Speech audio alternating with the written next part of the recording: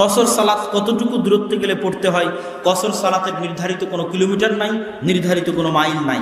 যখন আপনি মুসাফির তখনই কসর শুরু, বাড়ি থেকে বের হয়ে কসর আদায় করতে পারবেন। এটা বাড়ি, এখান থেকে বের হয়ে এখানেই কসর সালাত আদায় করতে পারবেন যদি আপনি মুসাফির হন।